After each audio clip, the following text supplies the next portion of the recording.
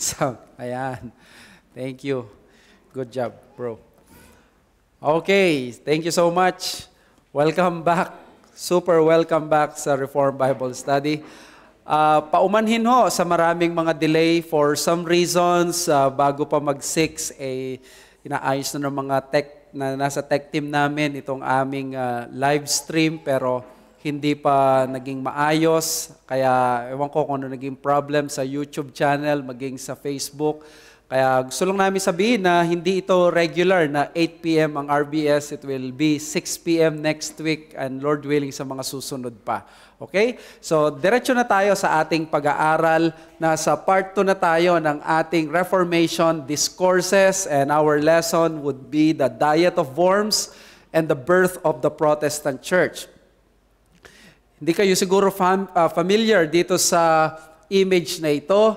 But this is the papal bull of Pope Leo against Martin Luther na inisyu niya noong June 15, 1520. At yan ang magiging senyales or mitya ng either si Luther ay magre-recant ng kanyang position or siya ay hihiwalay na sa Roman Catholic Church. Even though 1517 na siya ay Although 1517 na siya ay nag-post ng 95 Theses, in-identify pa rin ni Luther ang sarili niya as Catholic. Ayaw niyang iwanan ang church. He believed na ito pa rin ang tamang church. Mali lamang yung mga tao na nagtuturo dito. Loyal pa rin siya sa Pope.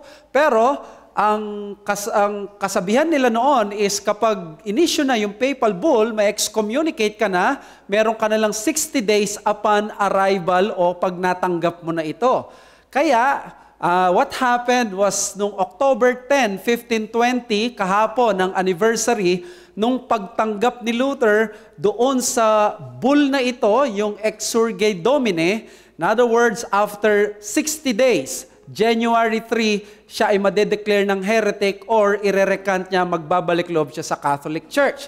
Pero isipin nyo, after 60 days, ang December 10, October 10 yon na na-receive niya, after 60 days, December 10, alam natin na nangyari, nagmarcha sila sa palabas sa kanilang university at sinunog niya yung papal bull, indicating na si Luther ay hihiwalay na sa Roman Catholic Church at magsisimula na dito officially ang kapanganakan ng Protestant Church. Kaya itong ganitong pangyayari ay pinili ni Luther because he thinks that this is the right time na hindi laging dapat susunod sa isang religious authority, lalo na kung alam na ang tinuturo ng religious authority ay wala na sa Bible. There are times according sa Acts 5:29 that we ought to obey God rather than man. Yan ang sabi ni Peter sa mga tao noon. But Peter and the apostles answered, we must obey God rather than man. At itong reformation natin na pinag-aaralan is a proof and evidence that men in the past, they chose to obey God rather than men. At itong 16th century Reformation was a result ng mga iba't ibang influences na dapat natin mapag-aralan. Hindi sapat na minsan lang natin siya tingnan, iba't ibang mga anggulo. In fact, next week, titingnan natin kung ito, pino-honor natin ang mga reformers, ang Reformation.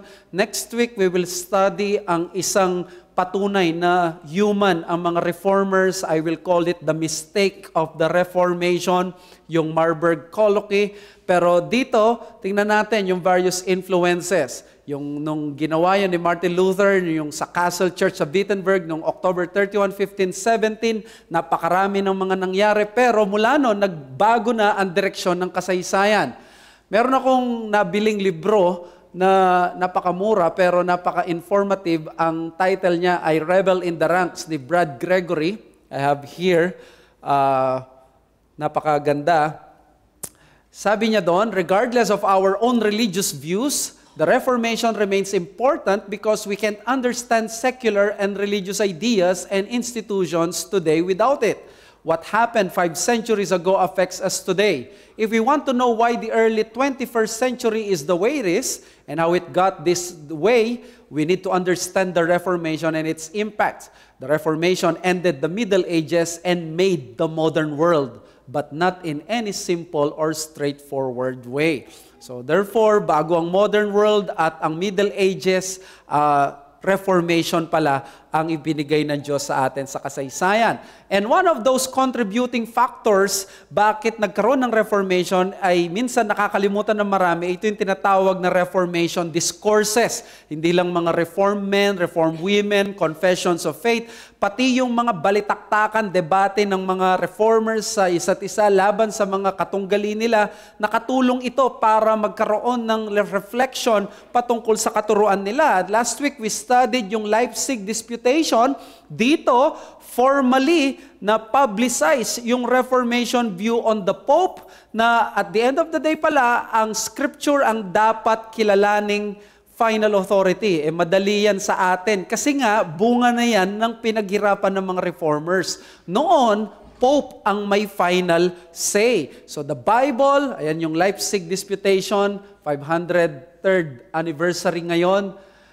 The Bible is the final authority for the church, not the papacy or any leader. At yan ang gusto kong ipakita sa ating pag-aaral. Ang Reformation, ang Protestant Church, o kung ikaw ay Baptist Church, bunga ka ng Reformation, Presbyterian Church, Reformed Church, ang dapat na tinatayuan mo ay ang final authority sa iyong iglesia, hindi yung human leader, hindi ang estado, hindi ang sino man, kundi ang Biblia. Pero it's time to study, ano ba yung nangyari doon sa Diet of Worms? Bakit natin ito tinawag na birth of the Protestant Church? So let's see, ano yung build-up?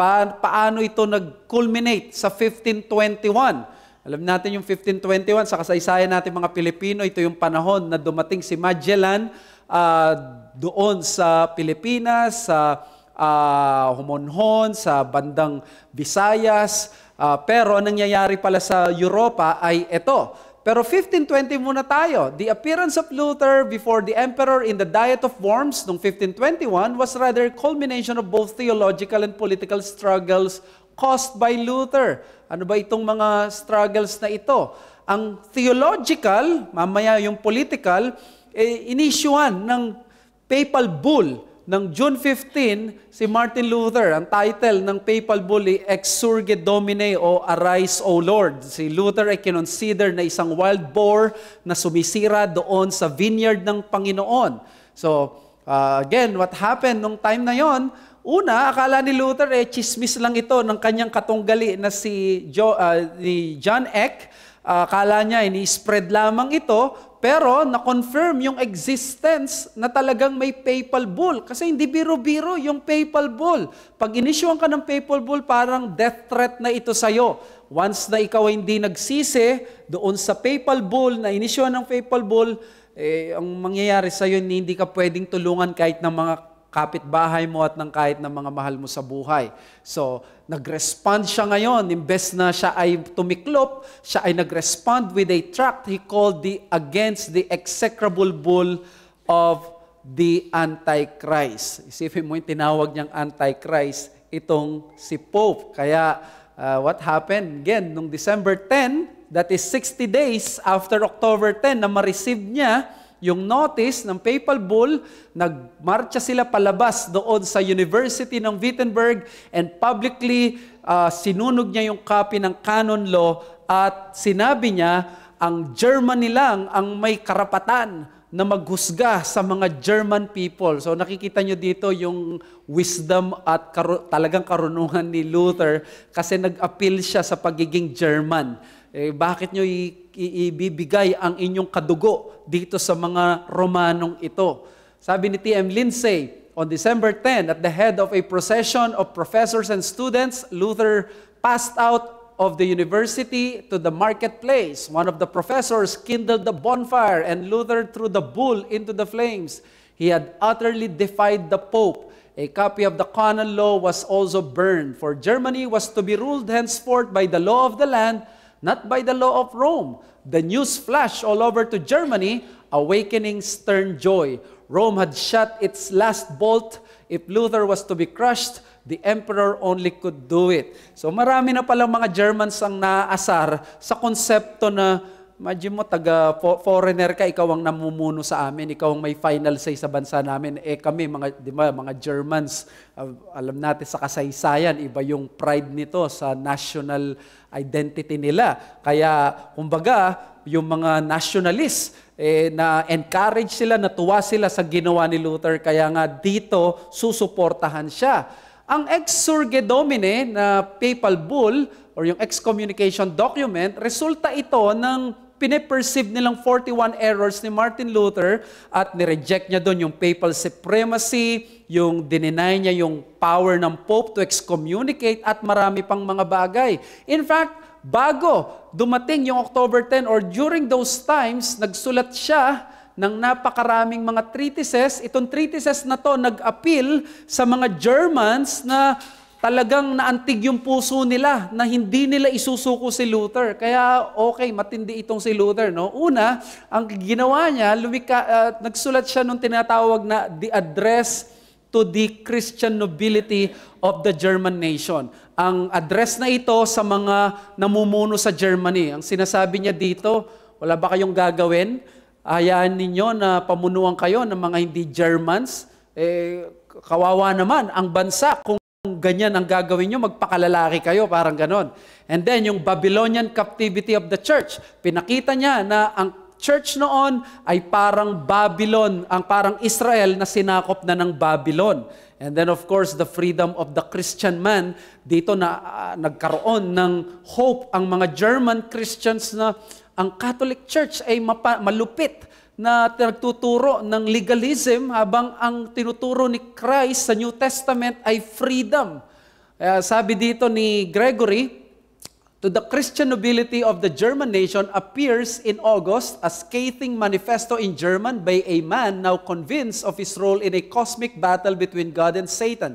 The first edition of 4,000 copies sells out in less than 2 weeks. An indication of the crescendo of enthusiasm for Luther's writings. He continues to pour forth publications together with to the Christian nobility. 2 of these works, The Babylonian Captivity of the Church and The Freedom of a Christian, sharply reject papal authority and powerfully articulate Luther's alternative vision for the Christian life, faith life, and the church. Imagine niyo si Luther na explain niya yung vision niya ng Christian life. Ang Christian life, hindi yung pahirap ang Pope sa atin. Dapat nararanasan natin yung freedom ng gospel.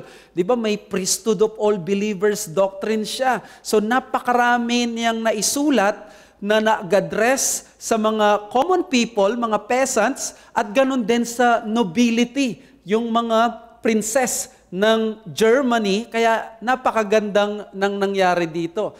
In fact, si Erasmus, na makakaaway niya bandang 1525, nung binasa niya yung Babylonian captivity, sinabi niya, the breach is beyond repair. No more possibility of reconciliation between Luther and Rome. Ganito katindi yung laman ng kanyang isinulat. That is theological. Pero, meron pang isang reason.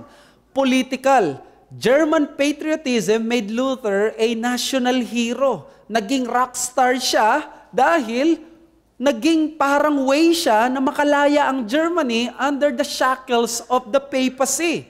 That's why, even when he was declared a heretic on January 3, 1521, diba dapat magsisisi na siya hanggang December 10. Imbes na siya ay magsisisi, sinunog niya yung papal bull. By January 3, 1521, si Luther, dapat aarestuhin na yan kung saan man siyang jurisdiction. Uutusan dapat yung mga priests, mga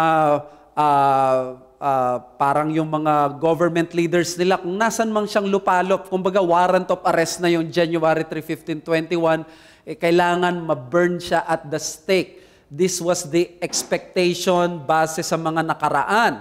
But, you see, that was the time nung ang Germany ay napaka mahirap na bansa at ang mga malalaking pera nila ay doon pumupunta sa Rome. So, nagcapitalize dito si Luther at sinabi niya na tignan yung ginagawa nitong Roman Church.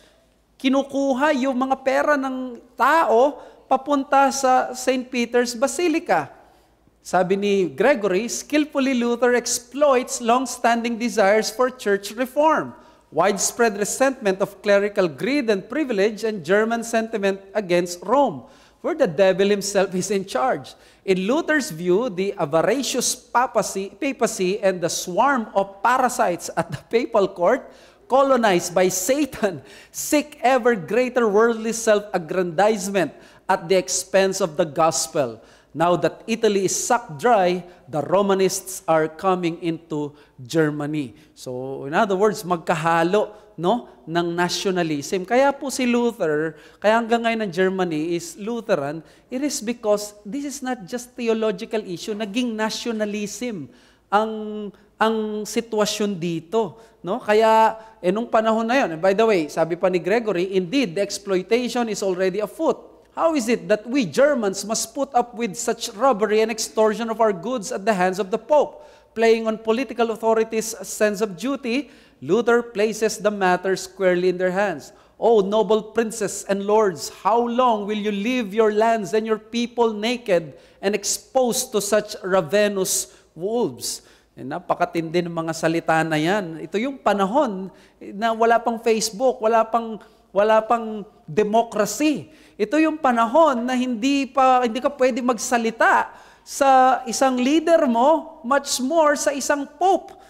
Napakatapang nitong Martin Luther na nakita natin ngayon, no? Kasi kaya natin magsalita ngayon, no? Pwede pa tayong mag-post sa social media, but this was not the time na pag nagsalita ka ng ganyan, kapalit niyan buhay mo at pati yung buhay ng mga pamilya mo. Kaya dito sa pangyayaring ito, ang Germany, syempre, hindi yan basta sinagot niya yung panawagan nitong si Luther. So the lack of political unity in the country kept Charles V from touching Luther. Si Charles V, ito yung Holy Roman Emperor, kadikit niya yung Pope. Which means, kung kadikit niya ang Pope, gusto niya na mamatay si Luther. Pero ang problema, may political disunity sa loob ng Germany, hindi pumayag yung maraming mga tao na gawin yung gustong gawin kay Luther. So, anong ginawa na lang nitong si Charles V? Ang naging result. By the way, sabi ng Britannica Encyclopedia, the ensuing bull of excommunication, De Set Romanum Pontificem, it pleases the Roman Pontiff, was published on January 3, 1521. Martin Luther was formally declared a heretic. Ordinarily, those condemned as heretics were apprehended by an authority of the secular government and put to death by burning. In Luther's case, however, a complex set of factors made such punishment impossible. The new German king and Holy Roman Emperor Charles V had agreed as a condition of his election that no German would be convicted without a proper hearing. Many, including Luther himself, were convinced that Luther had not been granted this right. Sa totoo lang, nung binabasa ko ito, hindi ka pwedeng hindi magpasalamat sa sovereignty ng Diyos at hindi ka maiyak. Dahil si Luther, ang lahat ng mga sinundan niya, the moment na dineclare silang heretic, they were burned at the stake. For some reason sa history, biglang napigilan ang pagkamatay ni Luther. Isipin niyo kung namatay na si Luther by 1521, baka hanggang ngayon, walang Protestantism. Baka hanggang ngayon, wala itong mga bagay na ito. Dahil si Luther, nasa kanya yung personality, yung courage, yung bravery na lumaban sa mga nang-aapi. No? So therefore, isang bagay ito na dapat nating ipagpasalamat na naupo si Charles V at sinabi niya, walang German ang mapaparusahan ng hindi siya nalilitis. At ito nga, dahil doon, ginamit yung word na yon, kaya ngayon, napilitan ngayon si Charles V na magkaroon ng Diet of Worms. Kailan siya na-declare na heretic? January 3, 1521. By January 1521, nagsimula na yung diet. Hindi po yung sila ng pagkain, no? Ang diet, ito yung kapulungan ng mga princess at ng mga authorities noon. So what happened ngayon is, alam natin, April 1521, makakapunta pa doon, pero nagsisimula na pala yung diet nung January para dito sa request ng mga tao. At darating na tayo syempre sa showdown. What happened was, nung nagsimula ang 1521, ang balak lang ni Charles is i-end yung heresy ni Luther nang hindi na kailangan siya na magpaliwanag. Pero iba yung nakarating sa kanya. Gusto niya dapat magpaliwanag siya. The princess insisted that that would be both unjust and undignified. So again, kahiya-hiya ito. Sa German nation, hindi ka magiging sikat at Charles V. Si Charles V, by this time, baka iniisip ninyo, bata pa kasi siya. 1521 pa lang ito. Napag-aralan natin nung Sunday, di ba? Si Henry VIII. Si Charles V, bandang 1534, nag-act of supremacy sila sa England. Si Charles V, pamangkin siya ni Catherine of Aragon. So that is 12 or 13 years later. At ang sabi nila, no, si Charles V, hindi na siya yung bata na indecisive noong 1521 sa Worms. So therefore, dito bata pa itong si... teka muna, may baka mapansin at makita. So, that would be unjust and undignified. So, again, when Luther was summoned, everyone knew, naku Luther, gagawin lang sa'yo yung ginawa sa'yo dati. Maglalakad ka dyan, pero ang totoo, hindi ka nababalik ng buhay. Again, gusto ko, maramdaman natin yung kalagayan noon. Sa lahat ng pumunta sa mga diet na ganito o council na dineclare kang heretic ng Pope, wala pa ni isang nakabalik na buhay. So isipin ninyo yung 1521 na yun ng paglalakbay ni Luther, talagang he was already saying his sayonara sa mga tao. Kaya si George Spalatin na kasamahan niya sa Wittenberg, sabi ni Luther kay Spalatin, I have no intention of fleeing nor of leaving the world in danger, but I mean to confess it unto death, so far as Christ's grace sustains me. So, nakita ninyo, alam na ni Luther, hindi na yan makakabalik ng buhay. Kay Philip Melanchthon, nagkaroon din siya ng salita. Sabi niya, if I don't come back and my enemies murder me, I implore you, dear brother, that you will go on teaching and stand fast in the truth. So, again, no, itong taong ito, alam niya, historical precedents, wala talagang nangyari sa mga taong lilitisin ko, no. Alam nila kangaroo court ang mangyayari. But you see, God is not yet finished. He wants to do something great in history. Ipakita niya ito through His intervention sa kanyang providence. At people, nung si Luther papunta na siya sa Worms, people came out in crowds to meet him, blessing their new brave hero. Ito yung si Luther, para na siyang bayani. Merong heroes welcome. Sabi ni Needham, na Reformed Baptist theologian, Luther was cheered all the way on his journey from Wittenberg to Worms, a popular national hero. Aleander reported back to Rome that the whole Germany is in full revolt. 9/10 raised the battle cry, Luther, while the other 10 care nothing for Luther but cry out death to the court of Rome. So, in other words, lahat 100% anti sa Roman Pope. Ito pa, napakaganda, sabi ni Gregory. In the first half of April, Luther and his small party traveled by horse-drawn wagon 300 miles southwest of Worms.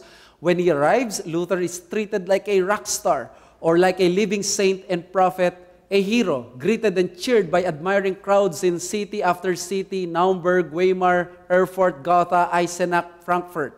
The crowds plead for him to preach. They clamor to see him, and they liken him to Christ on his way to Jerusalem before he was crucified.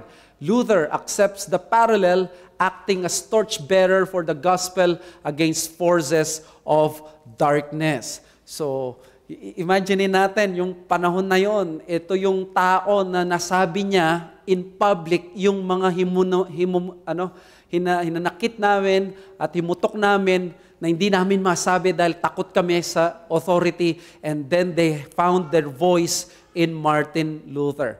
So ano nangyari pagdating niya doon? April 16, dumating siya sa Worms. At syempre, kinailangan muna na magpahinga muna siya dahil ilang araw yung kanyang travel. By 4 p.m. ng April 17, Ang emperor, tinawag na siya at ito na, yung sikat na alam natin, nakikita natin sa mga depiction. In front of 200 princes, he was asked to retract. Pero si Luther, na-surprise. Kasi ang alam niya, makikipagdebate at i-defend niya ang sarili niya. Pero, nung oras na yon, bakit walang debate? Bakit walang ganito? Sabi ni Johann Eck at yung si Aleander, ito yung gagawin mo lang. Will you just recant or sasabihin mo ito ay paninindigan mo? Now, napakagaling na naisip ni Luther. Sabi niya, teka muna, may mga iba dyan na mga tama ang aking mga isinulat. Even the popes nakakabuti sa Catholic Church. So hindi lahat. Paano ko i-recant lahat yan?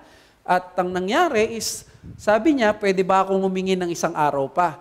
Ayaw ng una, pero pumayag si Charles V. Pakitang tao, pakitang gilas. So, si Luther, binigyan siya ng isang araw. And by the way, hindi ko nakukwento dito yung isa sa pinaka-solemn and heartwarming prayers daw sa history na na-utter ng isang saint nung gabi na yon na si Luther, he was thinking of the next day. Pero punta na tayo sa April 18, 1521, the day after, he was asked to answer straightforwardly and replied with the most famous and most challenging words in Western Christianity. Let me allow T.M. Lindsay to say it.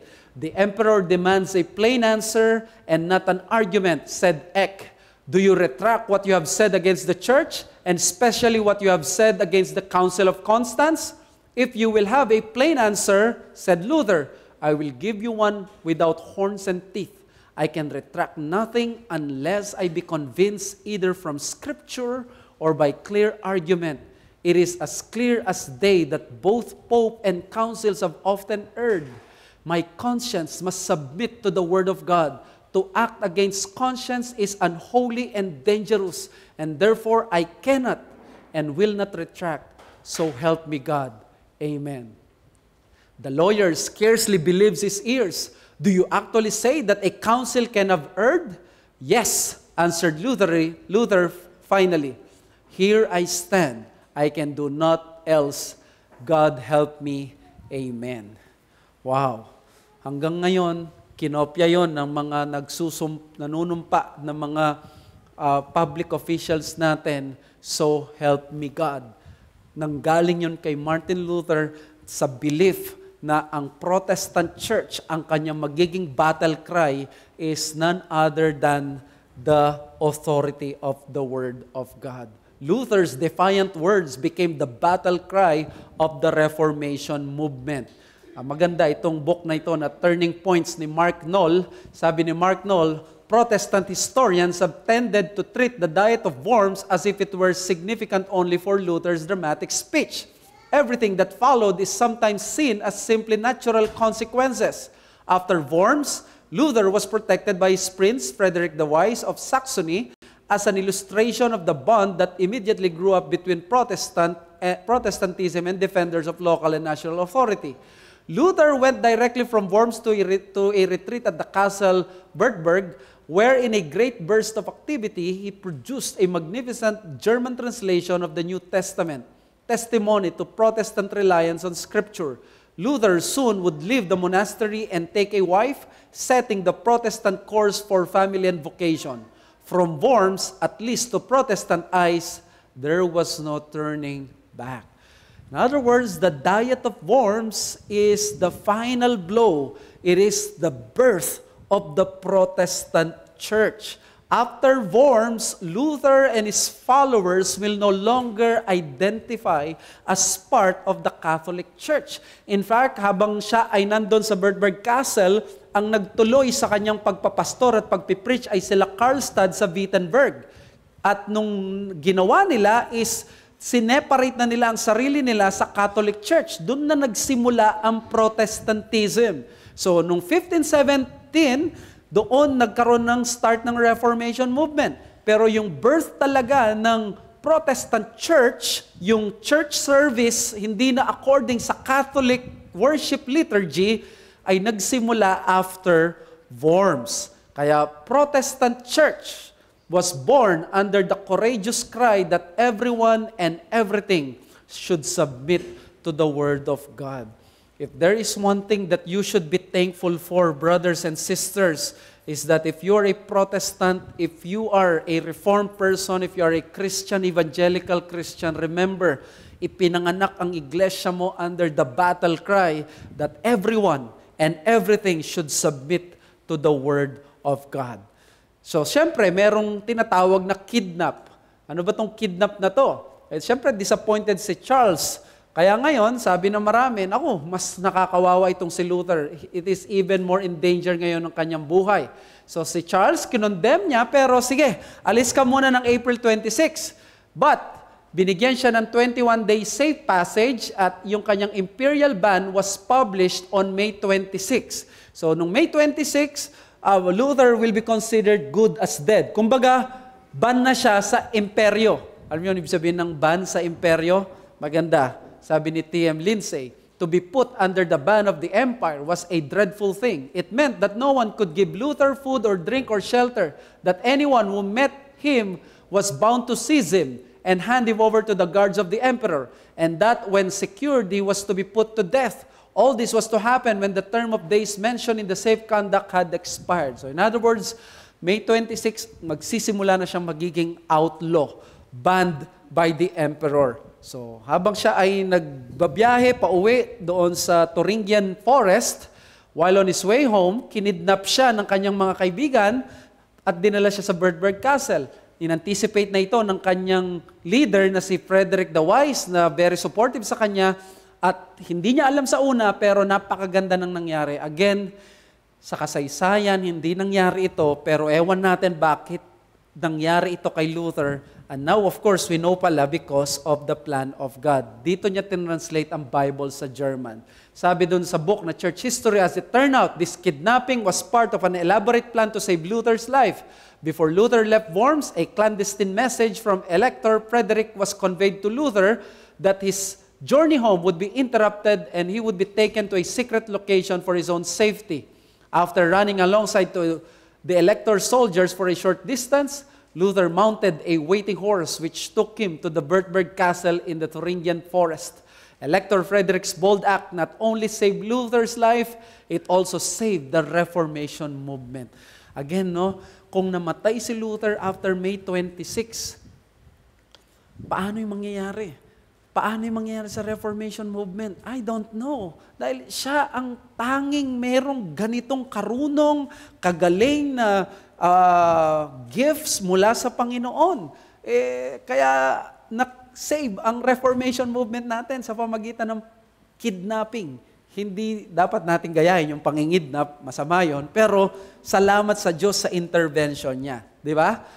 Para sa ating conclusion, ano matututunan natin sa Diet of Worms? May tatlo akong legacies dito. First, ang first legacy is this: Protestantism is a religion of protest against anything that usurps the word. This is Protestant church. This is the Protestant church. This is Protestantism, mga kapatid. Anything that usurps against the word, yan ang pinagmulan yan. Kaya nga doon sa awit, yung battle hymn of the Reformation, yung kanta or yung pinen ni Martin Luther, sabi niya doon, and though this world with devils filled should threaten to undo us. So, sino man at anumang kapangyarihan yan, paglalaban yan ni Luther dahil ito ang religion ng Bible. Now, reminder lang, hindi lahat po ng differences ay kailangan umantong sa pangingidnap or sa controversies o ipaglaban. Some ay kailangan nating itolerate, but some issues are so central to the life of faith and the church that needs to be defended with all our might and even our lives. Bakit? Dahil si Luther, nakita niya, hindi po pwede na isang tao na makasalanan, nagkakasala din, nagkakamali, ang siyang masusunod sa mga buhay ng mga Kristiyano, even though it is against the Word of God. Kaya only the Word of God can bind the conscience of the believer. We cannot be forced to believe anything that is contrary to the Word regardless of its source or authority. In other words, tayo mga pastor, Bagamat may authority na binigay ng Diyos sa atin, but let us remember it is not an absolute authority. It is just a delegated authority. The moment that we depart from the Word of God, we lose our authority. In fact, itong doctrine niya about sa conscience ng believer, priesthood of all believers, yan, naging bunga na may independent conscience. Ginawa pa yan na doctrine ng mga Baptist, di ba? In other words, kailangan respetuhin natin. Only God is the Lord of the conscience. Sabi ni Gregory, the Word of God, Scripture alone, and the certainty that comes with it binds Luther's conscience and thereby frees it. He cannot and will not deny his own experience of many years, intensified and focused during his wild ride since 1517. Regardless of the consequences, he must defy the emperor who continues to stand with the Pope. At Worms, Luther stands not only boldly to condemn the papacy, but also completely to repudiate individualism, autonomy, and subjective experience as such. To Luther, these are merely different ways people can resist the controlling liberation of God's Word, rightly understood and rightly experienced. Si Gregory po kasi, isa siyang Protestant historian. So therefore, ganyan siya magsalita kasi ang banat ng Catholic Church, ganun ba yung gusto ni Luther? Na kung sino na lang ang mag-i-interpret, yung individual interpretation, di magkakagulo kayo. Wala kayong kinikilalang talagang isang tao na mag-i-interpret. Para sa amin, mas magiging united kami. Kayong mga Protestants, naku, magkakaroon kayo, magiging fragmented yung inyong movement. At ganun nga ang nangyari, di ba? Mga reform, marami rin sa kanila, iba-ibang reform.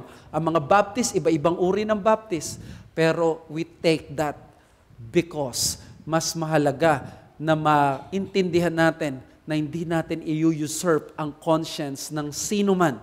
Kaya nga, the moment na itong Bible, clear ang Scripture, sinabi niya ito, ang sinasabi talaga ng Bible, ito yung katuruan, tapos may biglang isang leader na magsasabi, ito ang susundin natin, hindi ka mananagot sa Kanya o sa Diyos kung siya ay hindi mo susundin. And then number 2, truth does not usually come without a price to pay. Ang anumang katotohanan na liberating, ito ay may kapalit at meron itong bayad na dapat ipaglaban o ibigay. Sabi ni Luther sa kanyang hymn, all goods and kindred go, this mortal life also, the body they may kill, but God's truth abideth still. Alam niyo ba na si Martin Luther ay yung mga madre na umalis sa kumbento at yung sila, mga pari na naging Protestant preachers, lahat ng mga kaibigan niya natulungan na niya mag-asawa. Siya na lang ang natira at ayaw niya mag-asawa. Pero dumating sa point na siya ay nag-asawa. Alam niyo ba ang dahilan niya? Dalawa ang dahilan niya bakit siya nag-asawa. He was 42 years old and Catherine von Bora was just 26. Age does not matter kahit nung panahon pa ng Reformation. Sabi ni Luther, dalawa. First, gusto ko lang inisin ng Pope. Gusto kong inisin ng Pope. Ayaw niya mag-asawa dahil lang sabi niya, magiging kawawa yung mapapangasawa ko dahil marami ang naghahunting sa buhay ko. Kapag ako ay namatay, kawawa yung family ko, maulila sila kagad. So therefore, di ako mag-asawa. Pero sige, mag-asawa na ako para mainis ang Pope. Ikalawa, para ipakita ko, i-apply ko yung doctrine na tinuturo ko that marriage is sanctified. Okay? So, many were well aware of the abuses of Rome, especially of the clergy, but chose silence and peace over the threat of death that truth may bring. Marami naman nakapapansin yan. Hindi naman sila bulag. Nakikita nila yung mga panggagansyo nitong mga leaders at ng mga tao noon. In fact, the well-known Erasmus na sympathetic kay Luther, nung nakita niya, kinounsel niya si Luther, sabi niya, Luther, ba't hindi mo piliin yung unity over truth? Mapapahamak ka dyan. At kung makikita niyo tong picture na ito, nagsulat si Erasmus noong 1525 about free will, sinagot siya ni Luther doon sa issue na yon at doon lumabas yung on the bondage of the will.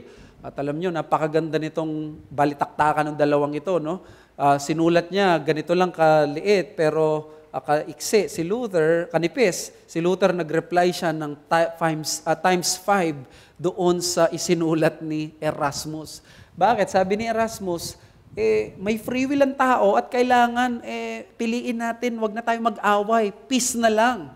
Pero anong sabi ni Luther kay Erasmus? In short, your words amount to this, that it matters little to you what anyone believes anywhere, as long as the peace of the world is undisturbed. Sabi niya, Erasmus, mas pipiliin mo yung carnal peace kaysa sa katotohanan. At alam nyo, marami sa atin, marahil ang kailangan marinig ito. Marami sa atin, tinitiis natin, masaya na tayo na we do not rock the boat. Sa mga churches natin na hindi naluluwalhati si Christ, hindi na ipapangaral si Christ, hinahayaan na lang natin na ang salita ng Diyos ma-murder every Sunday, every Lord's Day, kahit binigyan na natin ng chance ang ating mga sarili, pero nasanay na tayo, tinanggap na lang natin at ayaw nating manindigan. You know, there will come a time that you need to have a step of conscience wherein you would say, kung ang mga forefathers ko as Protestants, sila ay tinaya nila ang kanilang buhay. Ito, hindi ko na tinataya ang buhay ko. Itataya ko lang yung ministry ko. Itataya ko lang yung mga friendships ko dito sa mga present church na ito. Because if you're not a pastor and then you are really caring for a reformation, it would be hard for you to reform your own church. Kaya unity at the expense of truth is not a virtue called courage, but a vice called compromise. And secondly, or thirdly, lastly, the power to reform is the power of the Word. Ang ganda nung sabi ni Luther sa hymn niya, that Word above all earthly powers. If there's a man who understands earthly power, itong si Luther na ito. And the Roman Catholic Church, they are boasting their power sa ganitong bagay. Sabi ni Steve Lawson on March 10, 1522, Luther explained the mounting success of the Reformation in a sermon. With strong confidence in God's Word, he declared, I simply taught, preached, and wrote God's Word. Otherwise, I did nothing. And while I slept, the Word so greatly weakened the papacy that no prince or emperor ever inflicted such losses upon it. It did nothing. I did nothing. The Word did everything. Luther saw that God had used him as a mouthpiece for truth. The Reformation was founded on him and his teachings, not on him and his teachings, but on the unshakable footing of Scripture alone. So kung may kausap ako dito, mga pastors, you will preach on Sunday, remember, you hold in your hand yung word na kaya at mas makapangyarihan kaysa sa mga powers that be in this world. Ang Roman Catholic Church boasts of a united church because of its Pope who acts as the unifying figure due to his supreme authority. Yan ang mga Protestants. Protestants boasts of the Word of God as its unifying and supreme authority, and then let the chips fall where they may. And that's what we do as Protestants, as Reformed people, as Christians, as Evangelicals.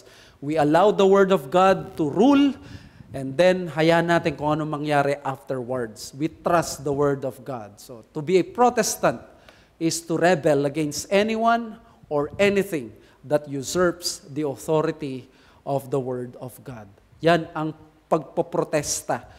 Nagrebelde ang mga tao laban sa salita ng Diyos. We protest because the first rebels are not the Protestants, but those who have corrupted the Word of God. So, any question sa ating lesson?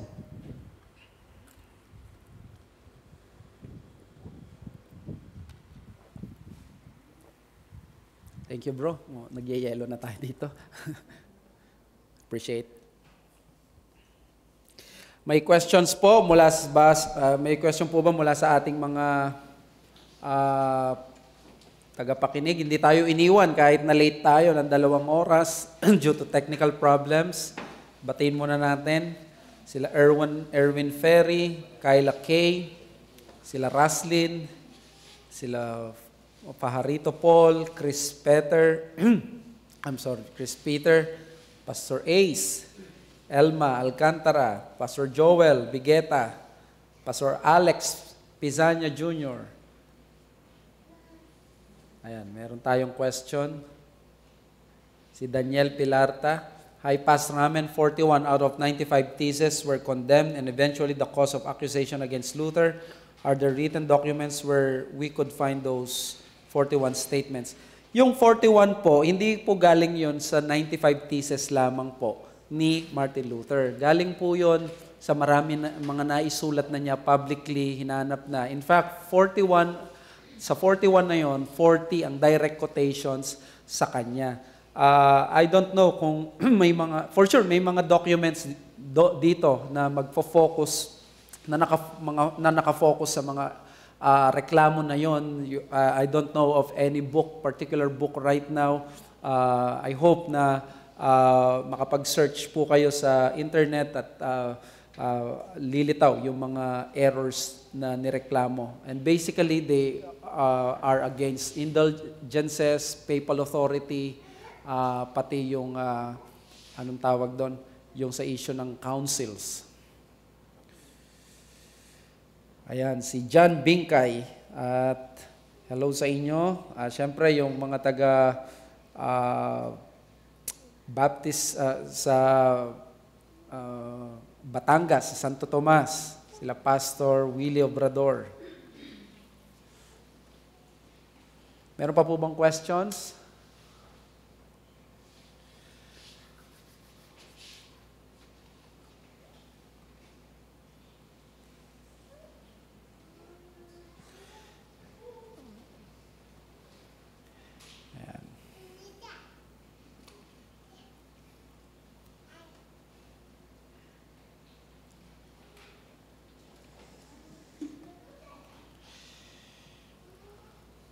May questions or thoughts? Ayan, si Ralph Dumagpi, sabi niya, very touching yung history pala niyan, Pastor. Nakakaiyak pero very, very helpful sa pananampalatayang Kristiyano. Yes, and it doesn't get old, no? If you're a Christian who cares for the truth, especially if you're a preacher, talagang ma-amaze ka every time na madaanan mo itong mga bagay na ito sa history, lalo na nung panahon ni Martin Luther. Tandaan natin sa kasaysayan, looking back na lang, no?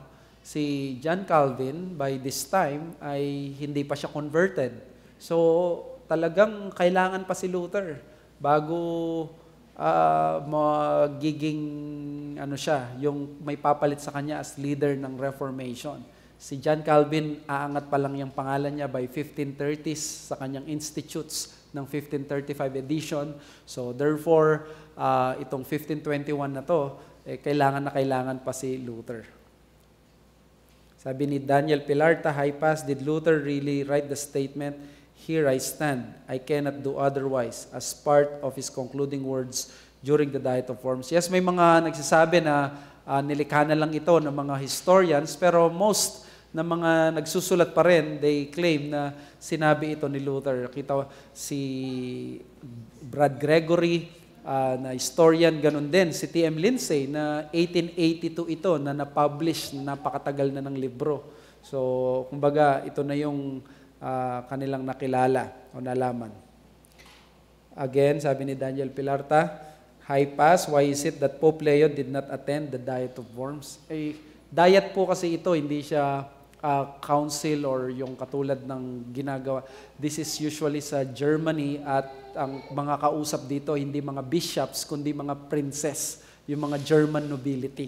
Kaya po, meron pa yan ng mga diet of Speyer, diet of Nuremberg, marami pa yan. By 1520s, masusundan pa yan, magkukulminate sa 1530 na Augsburg Confession sa Germany. Ayan. So, meron pa for the last question?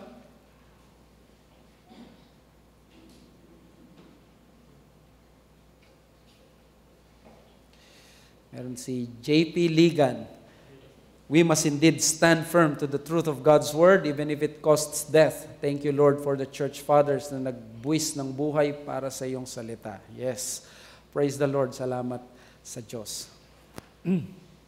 Now, to show to everyone that we are not blind followers of the Reformation, we will study next Tuesday, Lord willing, the Marburg Colloquy, the most famous and the grandest Reformation Conference that happened during the Reformation movement noong 1529. At dito, makikita natin ang isang undeniable mistakes ni Luther at ng maraming mga Reformed people ngayon.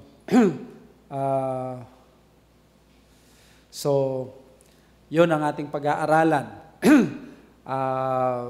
I hope na maging okay ang ating Facebook next Tuesday. Last na lang daw, meron dito si Ralph Pajardo. Hindi ito si Eric, no? Good evening po. My question is the purpose of Reformation wants to restore the Roman Catholic Church and not to cause a schism? Nung una si Luther, akala niya, panatiko siya sa Pope kasi Holy Father yun eh. Pinagtatanggol pa niya ang Pope. Akala niya, niloloko ng mga galamay ng Pope yung kanyang Holy Father. So parang napaka-desirous niya bilang monk. So therefore, supportive siya. Hindi nila gustong mag-reform, umalis sa church. Hindi nila gustong hatiin. Gusto lang nila mag-reform. Kaya nga tawag sa kanila magisterial reformers.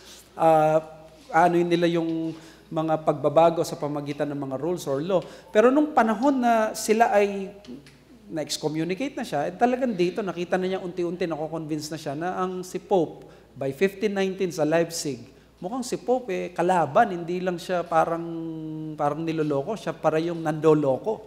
So ganun ang realization ni Luther by 1519 sa Leipzig disputation, at by the time of 1521 tinatawag na niyang Antichrist si Pope. So ganito ang ano nila, yung falling out nila ng Pope. Kaya yun ang naging result. Okay? So, it is almost 9. Let us, maraming salamat sa mga sumabaybay po sa inyong mga tahanan. Kahit na late kami, we appreciate it. Nawa maging okay na sa 6 p.m. sa susunod na Tuesday. At salamat syempre sa mga magigiting naming mga members na nagstay ngayong gabi. Let us pray. Father, we thank you so much sa diet of worms. Lord, higit sa lahat, hindi yung courage ni Luther ang nakakahanga dito. Yung preservation mo, yung sovereignty mo, yung intervention mo. Maraming mga taong pumunta sa pinuntahan ni Luther, hindi na nakabalik ng buhay. Pero niloob mo na siya ay makabalik ng buhay at na-translate pa niya ang German Bible at napangunahan pa niya ang Lutheran movement sa Germany at napakarami pang mga preachers and pastors and Christians na Protestants ang na-inspire sa kanya. Salamat, Panginoon, dahil pinapakita mo na kahit sa mga churches namin na nasa mga probinsya na minsan halos walang nangyayari, hindi pala dapat kami mawalan ng pag-asa. Nandun ka, kumikilos ka, kahit sa mga panahon na kami ay naiinip, nalulungkot, pero ang totoo, Panginoon, looking back, kung titingnan namin, i-zoom out namin, mayroon ka pala unti-unting ginagawa, pinaplano, para sa kaluwalhatian mo. At Lord, alam namin, ito yung ginagawa mo talaga. Nang sa gayon, ang maluwalhati, hindi ang isang pastor, hindi ang isang Martin Luther, kundi ang isang soberanong Diyos na kinikilos ang lahat ng mga tao for His purposes.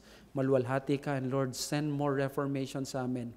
Send more men like Luther who are courageous enough to fight for the truth, even to the point that they would have to give their own lives. Nawa, maging katulad kami ni Luther, pero Lord, ang calling mo sa amin, marahil, hindi kami maging katulad ni Luther, pero lahat kami, you are calling us na maging katulad ni Jesucristo. At nawa yun ang mas asamin namin sa buhay namin. In Jesus' name we pray for all these things. Amen.